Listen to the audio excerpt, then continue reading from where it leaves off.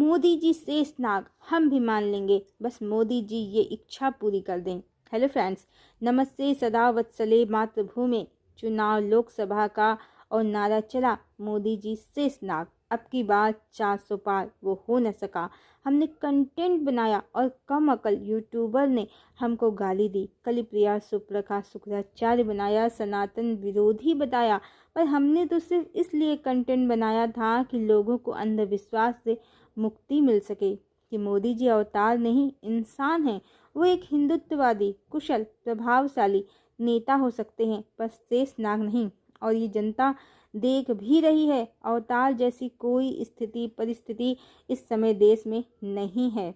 अवतार के राज में स्त्रियां सुरक्षित होती ही हैं, प्रकृति जल और वायु शुद्ध होते ही हैं, भ्रष्टाचार और लूटपाट, हत्याएं, बलात्कार जैसे जघन्य अपराध नहीं होते हैं।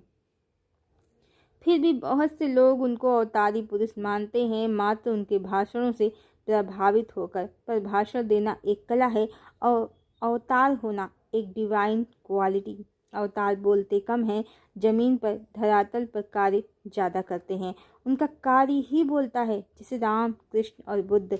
फिर भी हम उनको शेषनाग मान लेंगे, कल्कि भी मान लेंगे। कल्कि भी मान लेंगे, यदि वो वाकई वो ठोस कार्य कर दें हिंदुओं के लिए, हिंदू समाज के लिए। सिर्फ मंदिर बनाने से क्या होगा? वहाँ तो रिश्वतखोरी का काम चलता है, भक्तों को दर्शन भी ठीक से नहीं मिलते।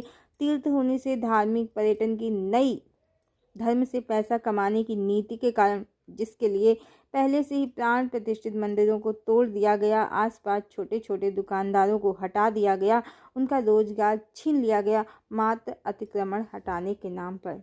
जब पहली बार मोदी जी को प्रधानमंत्री के लिए चुना गया था, तो बहुत सी स्त्रियां कहती थीं, न मिले बिजली न मिले पानी, फिर भी चाहिए मोदी जी ही। कारण हिंदुओं को सुरक्षा चाहिए थी मुस्लिम आतंक से, हिंदू स्त्रियों लड़कियों को सुरक्षा चाहिए थी मुस्लिम लव जिहाद और छेड़छाड़ से। हिंदुओं को विकास नहीं, सुरक्षा चाहिए थी पहले। लेकिन हुआ क्या? पूरे देश में मात्र हिंदू मुस्लिम के नाम पर भड़काऊ बयान और टीवी शोज में पंडों और मौलानाओं के जहरीले बोल और हाथापाई, जो सब सरकार द्वारा चुने गए रिपोर्टर ही ऑर्गेनाइज कर रहे हैं। देश में जहरीला माहौल तैयार हो गया है और अब कट्टर हिंदू और कट्टर मुस्लिम दोनों ही वैरायटी के लोग तैयार हैं। अब ये तो कोई सॉल्यूशन नहीं है। हिंदू आपको 400 पार का आंकड़ा दे सकते हैं, बशर्ते आप भारत को सेकुलर नहीं पूर्ण हिंदू राष्ट्र घोषित करें। डेमोग्राफी जो बदल गई है यूपी, बिहार, असम में, जो बदल गई है केरल, मणिपुर, नागालैंड में, उसको कंट्रोल करें। पूर्ण बहुमत में हैं आप, और अब तो ईवीएम पर भी आपका ही कंट्रोल है। पूर्ण बहुमत आपके लिए कोई बड़ी बात नहीं है, तो बना दीजिए भारत को पूर्ण हिंदू राष्ट्र। इस सेकुलर की बीमारी ही हटा दीजिए और कानून बनाइए, चाहे किसी भी धर्म या पंथ का व्यक्ति हो। एक से अधिक विवाह कर नहीं सकता, 2 से ज़्यादा बच्चे नहीं। यदि करे तो देश निकाला दिया जाए, उसकी राष्ट्रीयता छीन ली जाए। हिंदू शांति चाहता है, अपने बच्चों को आगे बढ़ते देखना चाहता है। वो मुस्लिमों से होड़ करके 10-10 बच्चे ना तो पैदा कर सकता है, न कई विवाह, ना ही अपनी पत्नी को कई संतान उत्पन्न करके शारीरिक मानसिक रूप से अक्षम करने की सोच सकता है। तो मुस्लिमों की करनी का फल हिंदू क्यों भुगत रहे हैं? देश में ठोस कानून बनाने के स्थान पर भाषणबाजी, बयानबाजी क्यों हो रही है? पहले ही देश की जनसंख्या ज़्यादा है, जबकि कितने ही भारत के लोग इस समय दुनिया में दूसरे देशों में बस गए हैं। उसके बाद भी जब यहाँ के नागरिकों के साथ विदेशों में अमानवीय व्यवहार होता है, तो उसकी निंदा करते हैं हम लोग। पर जब बांग्लादेश से जो लोग भारत में आकर बस गए हैं, उनको भी उसी दृष्टि से देखा जाता है जिससे भारत के लोगों को अमेरिका, ब्रिटेन में तो क्यों अच्छा लगता है। सभी बांग्लादेश से आए लोग मुस्लिम नहीं होते हैं, कुछ हिंदू भी होते हैं, ज़्यादातर हिंदू ही होते हैं, जो वहाँ के अत्याचारों से पीड़ित होकर चुपके से भारत में घुस जाते हैं। इनको घुसपैठिए कह के हिंदुओं की कौन सी मदद हो रही है? सच तो ये है कि आज पाकिस्तान और बांग्लादेश दोनों जगह हिंदुओं के घर जलाए जा रहे हैं, बेटियों पर अत्याचार हो रहे हैं और भारत सरकार मात्र देश में हिंदू मुस्लिम का टंटा कर रही है। धरातल पर कोई ठोस काम नहीं कर रही है, सिर्फ भाषणबाजी और देश के बहुत से हिंदू क्षेत्रों में हिंदुओं का प्रतिशत घटता ही जा रहा है। तुरंत कानून बनाया जाए, एक से ज़्यादा मैरिज अवैध और 2 से ज़्यादा संतानें दोनों पर देश निकाला, हर धर्म हर पंथ के लिए, जिससे जनसंख्या भी कंट्रोल में आए और बढ़ता हुआ मुस्लिम समाज भी कंट्रोल हो जाए। बनाइए देश को पूर्ण हिंदू राष्ट्र।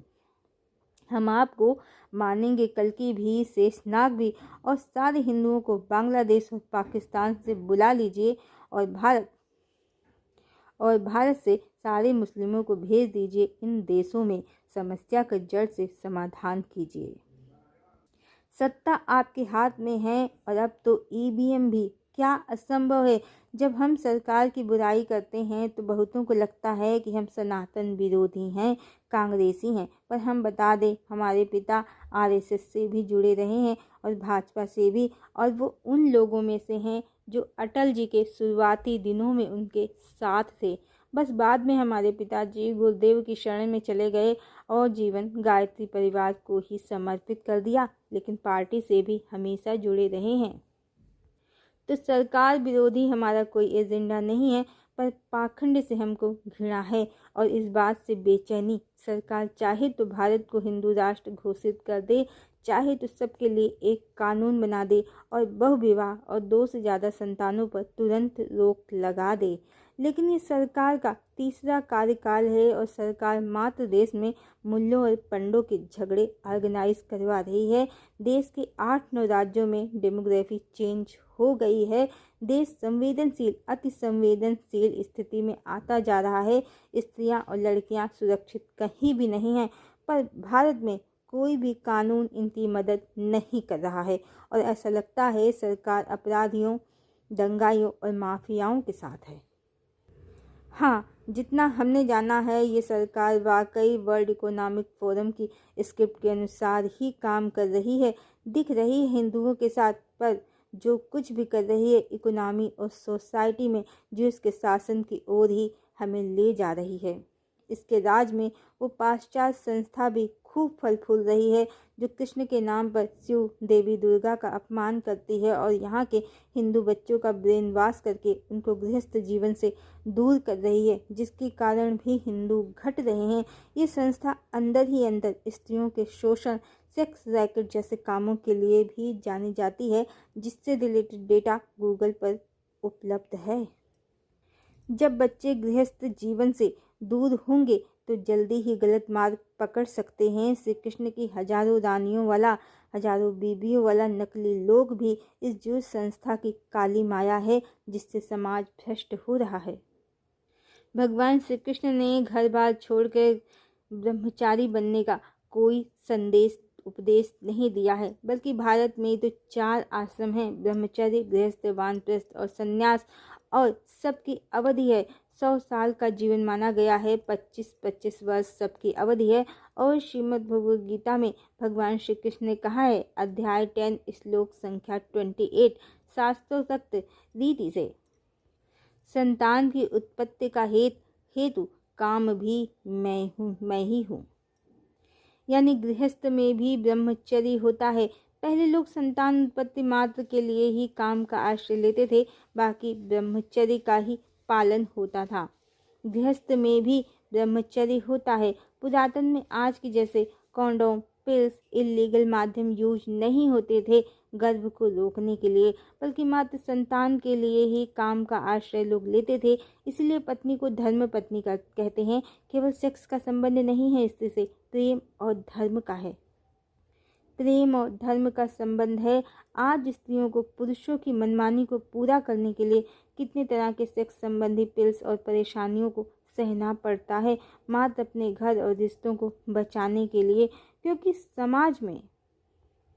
समाज से इन 4 आश्रमों की व्यवस्था ही समाप्त हो गई है। और काम और ब्रह्मचर्य का क्या मोल है, क्या स्थान है, क्या महत्व है, ये मनुष्यों को पता नहीं है। गुरुकुल की व्यवस्था हटाकर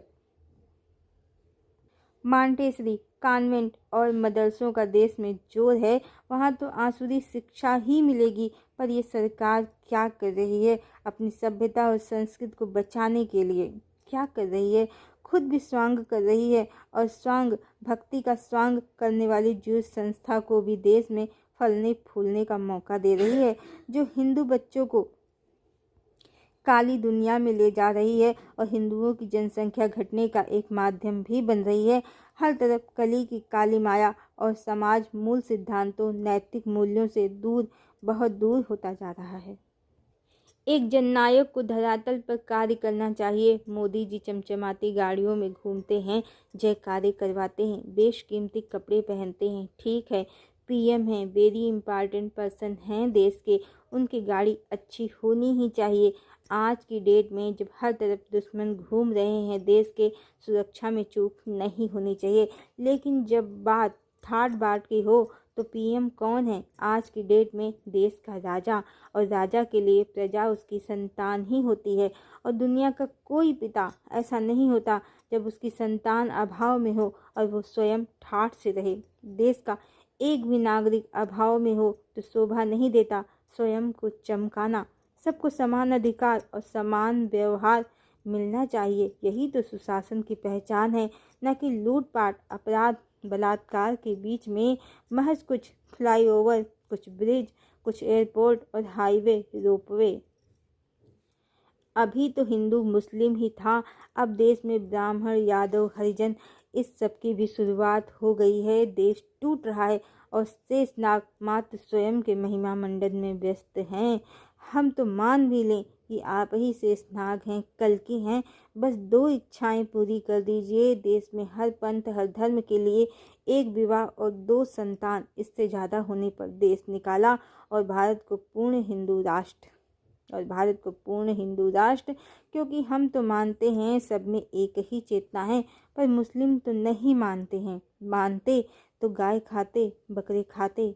ये जीव भी तो परमात्मा की संतान है। किसने हक दिया है इनको मार कर खा जाने का? तो बनाइए देश को पूर्ण हिंदू राष्ट्र और अवैध कीजिए 1 से ज़्यादा विवाह और 2 से ज़्यादा संतानें। जननायक के जैसे व्यवहार कीजिए, न कि सिर्फ भाषणबाजी। यदि आपने नहीं किया तो परमात्मा बैठे ही हैं आकर धरा पर इस समय। वो फिर अपने तरीके से धर्म दंड चलाएंगे और शायद तब किसी को सोचने समझने का समय ना मिले और पल में दृश्य बदल जाए। वैसे भी माँ प्रकृति ने जल और अग्नि, भूमि और वायु सभी माध्यमों से मनुष्यों को सबक सिखाना शुरू कर भी दिया है, और नेता लोग भी भगवान के धर्म दंड से बचेंगे नहीं, बल्कि इनको तो सबसे ज़्यादा भुगतना पड़ेगा। चाहे जल्दी चाहे देर से इनको तो सबसे ज़्यादा भुगतना पड़ेगा, क्योंकि समाज को इन्होंने ही अधोगति में पहुंचाया है। हरिओम।